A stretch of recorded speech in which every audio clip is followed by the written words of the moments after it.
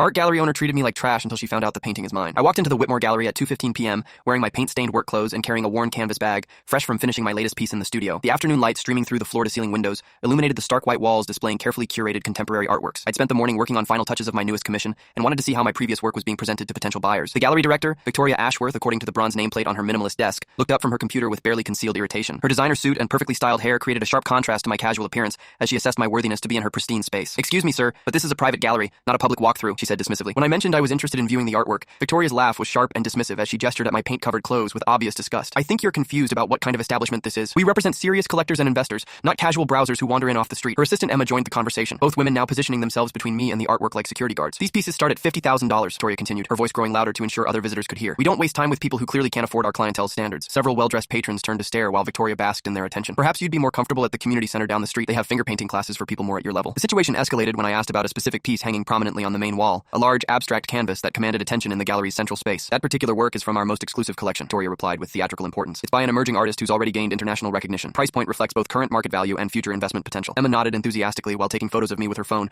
clearly documenting what she thought was suspicious behavior. "Sir, I'm going to have to ask you not to get too close to the artwork," Victoria announced. "Our insurance requires maintaining proper distance from pieces of this caliber." Other gallery visitors were now openly staring, while some pulled out their phones to record the confrontation. Victoria's confidence grew as more patrons gathered to watch her performance, clearly enjoying her role as protector of high culture. "This isn't a museum where anyone can just walk in and gawk at priceless art," she proclaimed to her growing audience. "Our gallery maintains strict standards about who has access to these investment-grade pieces." She gestured dismissively at my appearance while addressing the watching crowd. "We've had issues before with people who think they can just wander in here without understanding the value of what they're looking at." Emma was now actively filming while Victoria continued her lecture about security protocols and the difference between serious art collectors and casual observers. The harassment reached its peak when Victoria decided to call building security, announcing loudly that she had a situation requiring immediate attention involving an individual who doesn't belong in the gallery space. She described me as a potential threat to valuable artwork, who was refusing to leave after being asked multiple times. Emma continued documenting everything while Victoria explained to nearby patrons that some people try to case galleries for future theft attempts. "We see this periodically," she told the gathering crowd. "People who scout locations and return later with criminal intent." Several visitors nodded approvingly, while others continued recording what they thought was proper security procedure. My phone rang at exactly 2:38 p.m., cutting through Victoria's continued accusations. The caller ID showed Whitmore Gallery Collection Management, and I answered on speaker. "Mr. Davidson, this is Marcus from our storage facility. The insurance appraisal on your latest piece just came in at $250,000. Should we schedule the installation for next week's exhibition?" Victoria's confident expression evaporated instantly as the words registered throughout the silent gallery. Emma dropped her phone, the device clattering against the polished concrete floor. Every patron who'd been recording Victoria's performance was now focused on me with growing fascination. "Actually, I'm at the gallery right now," I replied calmly, watching Victoria's face turn ashen as I reached into my canvas bag and pulled out the gallery's own catalog featuring my work. "But yes, let's discuss the installation details." I opened the catalog to reveal my artist biography